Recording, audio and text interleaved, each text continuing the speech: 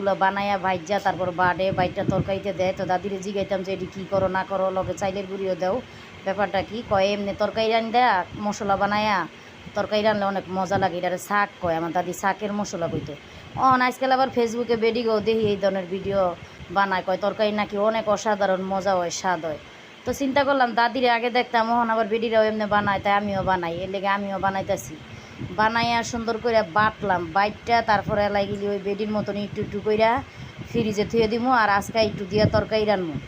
পরে এলা তরকারি রাঁধছি, দেখলাম যে খাইয়া যে না তরকারি আসলে অনেক মজা হয়েছে। তো এনে একটা কথা আছে, আমি আবার আদা রসুন বাটাও দিছিলাম আর জিরা বাটাও দিছিলাম, জিরা টাইলাও দিছিলাম এই মশলা দেওয়ার পরও।